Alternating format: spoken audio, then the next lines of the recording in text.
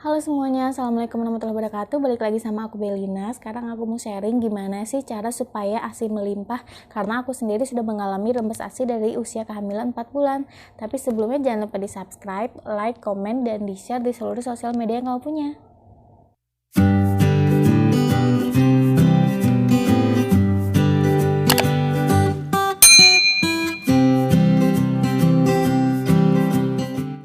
Nah, untuk meningkatkan produksi ASI sendiri harus dilakukan dari semenjak awal kehamilan. Selain mengkonsumsi vitamin dan suplemen yang diberikan oleh dokter seperti kalsium, DHA, asam folat, dan lainnya, moms harus tetap memakan makanan yang bergizi seperti buah dan sayuran. Sebetulnya setelah aku melahirkan, bahkan sebelum semasa aku hamil, aku nggak punya ritual khusus gimana caranya supaya meningkatkan ASI. Tapi yang pasti aku cuma makan makanan yang bergizi yang menurut aku baik untuk aku dan janin aku. Kemudian selama hamil aku juga rajin memakan buah kurma minimal 7 butir sehari, karena menurut aku buah kurma itu sangat kaya akan manfaat buat kita, memiliki kandungan mineral, serat, vitamin, dan segala macamnya yang mencukupi untuk tubuh kita. Tapi kalau buat moms yang gak suka sama buah kurma, karena mungkin ada beberapa yang beranggapan gak suka karena terlalu manis atau apa, moms bisa mengolah kurmanya menjadi jus kurma yang dicampurkan dengan susu gitu. Karena aku sendiri juga kalau lagi bosan makan buah kurmanya, aku sering bikin jus susu kurma. Aku tuh ingat banget setelah aku melahirkan, sebetulnya aku gak terlalu banyak makan makanan yang kata orang bisa meningkatkan ASI. Waktu awal melahirkan, aku memang rajin memakan sayuran seperti buah katuk. Tapi itu cuma seminggu setelah aku melahirkan aja. Setelah itu aku udah nggak rutin lagi.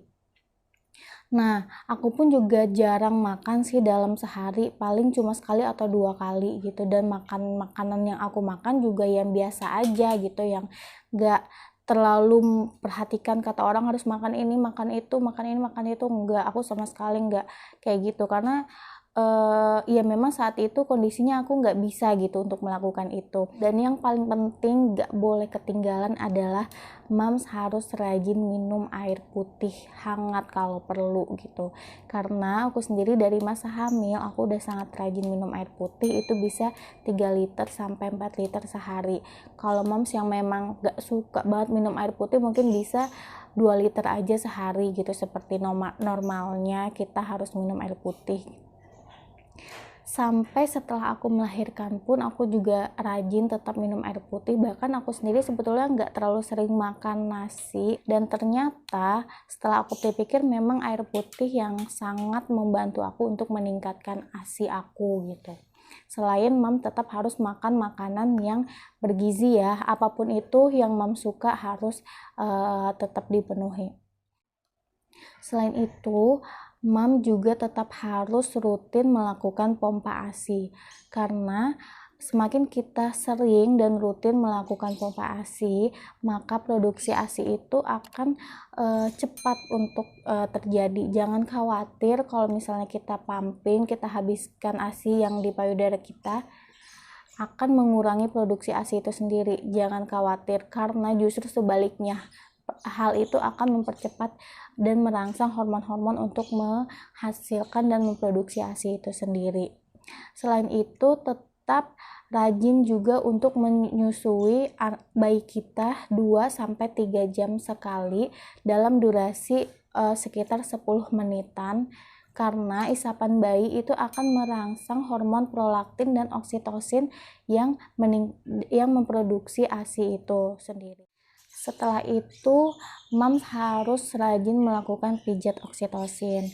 Nanti aku akan share gimana sih cara melakukan pijat oksitosin. Tapi menurut aku itu juga sangat berpengaruh karena akan melancarkan produksi dan merangsang hormon-hormon untuk menghasilkan ASI itu sendiri.